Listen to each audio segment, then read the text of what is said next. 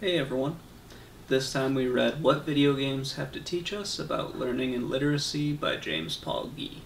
So I found this book to be really interesting, and maybe not for the reasons that James wanted me to find it interesting, but it made me think about a few things, especially how I play video games and some of the things that I take away from video games while I'm playing them. Mostly what I thought about while I was reading this was what I had learned from video games. Really, what do I take away from them when I play video games? And, really thinking back to when I was little and kind of how I consumed video games as a media. And I kept thinking about how, my imagination would kind of run wild while I was playing video games. There would be a story going on in the video game, but then there was the story that was going on in my own head. Oftentimes I didn't pick up on the stories, especially when I was very young. I would just sort of think about what the game was on my own terms, especially with The Legend of Zelda, where there's not really a lot of text in that game. I just came up with my own story about why I was doing certain things. Didn't really care about a lot of the plot, just had fun wandering around blowing things up, or trying to blow things up. But to get back to what James is talking about in this book, he talks a lot about what a good video game is and what a good video game can teach us. I had a few hang-ups with this, and it was one of those things that I tried to get past while I was reading this, and sometimes there was a bit of a disconnect, and sometimes, I understood what he was saying more. It's what a good video game is. I kept having issues with when he would bring that up, because everybody has their own idea of what a good video game is. From reading this, it became pretty clear, he got into RPGs, especially on the computer. I think he talks a little bit about consoles as well, but for the most part he's talking about computers. And he talks about, the moral choices that RPGs teach us. He talks about how video games kind of train the player to teach them, the correct buttons to press, that sort of thing. And he talks about how you learn while you're playing the game, and you learn how to play the game and how that can be applied to real life. And while all of that was really interesting, it just kept coming back to what is a good video game. He brings up a lot of points as to what a good video game is, and I kept going back to some of the things that he had said, where he was talking about you need to have the student or the player's buy-in with it.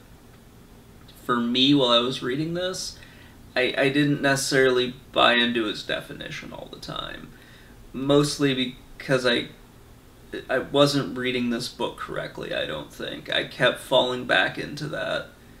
I understand what his opinion was, but continuously using the phrase, a good game does this, a good game does that, I kept thinking, but what if the person doesn't think the game that you're talking about is a good game? What if they don't enjoy the game the way that you did, or that sort of thing?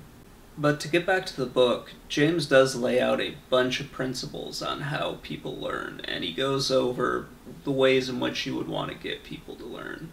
So, just going over his examples on their own, that was kind of my fault for getting hung up on just the phrase, a good game, because you can bring up examples in any situation for a lot of different games that do similar things to the ones that he brings up. But he talks a little bit about, the ways in which people learn, and how you need to get people to buy in, like I mentioned earlier, and how not everyone learns the same way.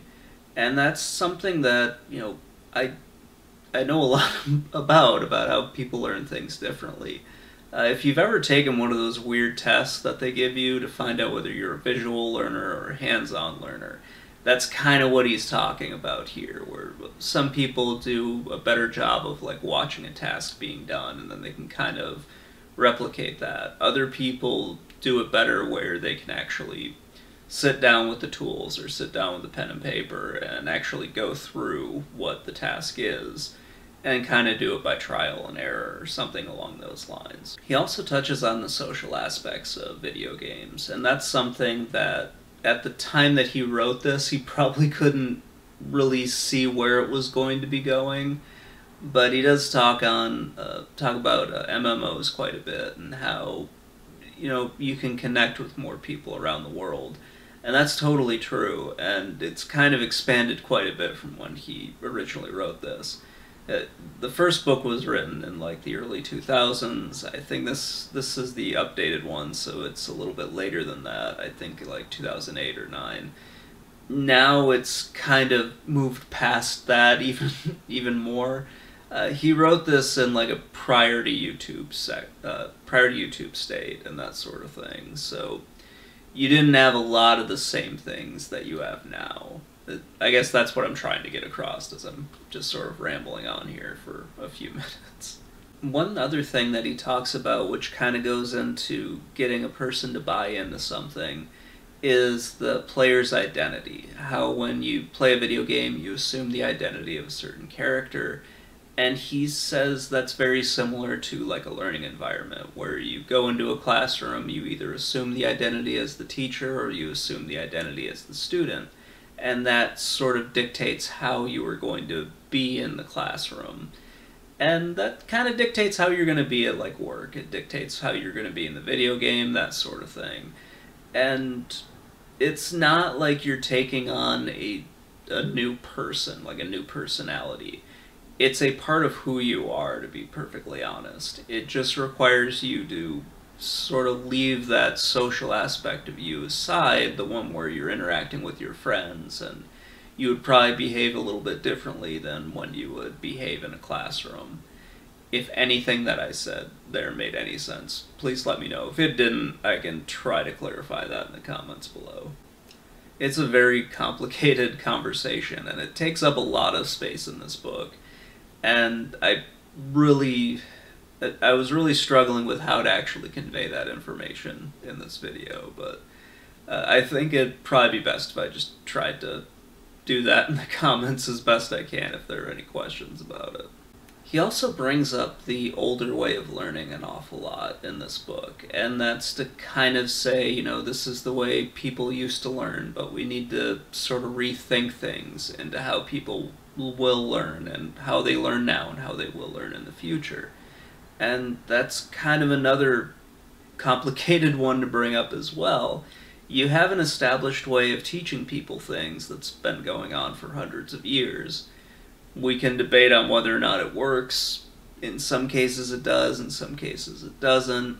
A lot of that has to do with both the student and the teacher. It's kind of a two-way street. And it's one of those weird things where I understand what he's talking about. I just don't necessarily think... I don't think it's really a cut and dry thing. And he acknowledges that in the book, but it's just one of those complicated conversations to have. The last thing that I want to bring up is how James talks about how he isn't advocating for video games or games in general to replace traditional learning. He wants them to kind of be used as a supplement to traditional learning.